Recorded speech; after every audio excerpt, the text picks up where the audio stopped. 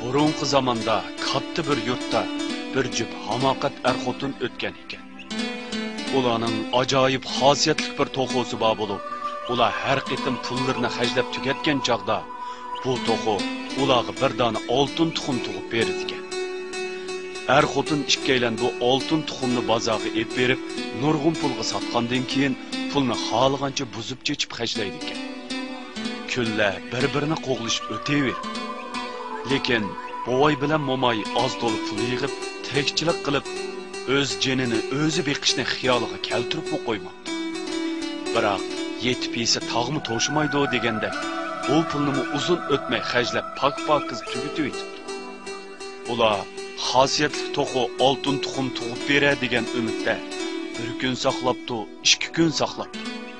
Ammo xosiyatli to'xo bu qitim oltin tuxum tug'ib bermadi.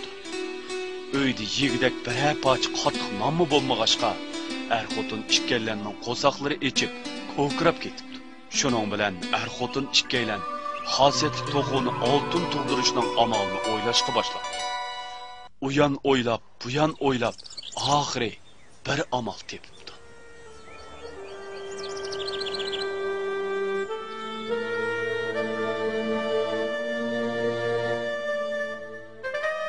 Anisi, voy anisi, men bir amal topdim. Voy, qandoq amal topdilar dadasi? Biz bu to'xoning oltin tug'ib berishini saqlab turguncha, to'xoni o'ldirib uning qo'sadagi oltinlarning hammasini bir xil ilib olsak, bo'lmamdi deyman. Voy dadasi, sizlar bek aqlliqchimi? Meningcha bu to'xoning qo'sig'ida liqqida oltin bor deb o'ylayman. Endi shunday qilaylik dadasi, shunday qilaylik. Nemishqa burunroq esimga kelmaganda deyman. Bo'lmasa bu tuxumlarni baldirli ilib olgan bo'lsak, u chaqda birdilla butun dunyodagi esil xazinalar bor, katta boylardan bo'lganmamdiq. Bo'pti, elimo kechishmaymiz. Amisa boshlaylik.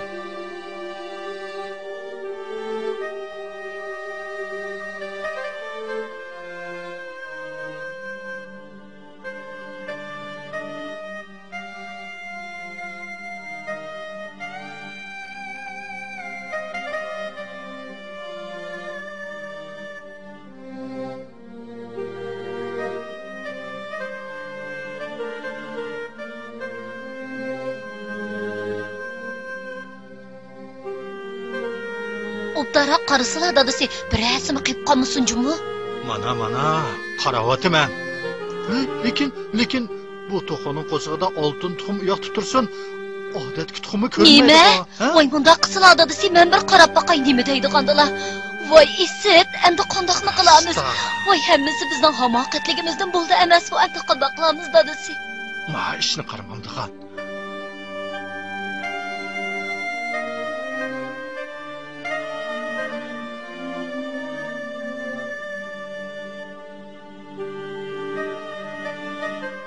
Voy ey, burun oltin tuxumni sotgan pullarni buzib chashmay, tejashlik bo'lib, pullarlik ish qilgan bo'lsak, bugungi mushkunga qammagan bo'lardik. Voy isit, endi bundan keyingi kunlarimizni qandoqmi o'tkazamiz dadasi?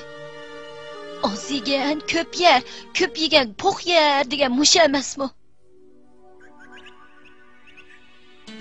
Xotin ikkalan shuncha pushaymon qismi o'rniga kelmadi.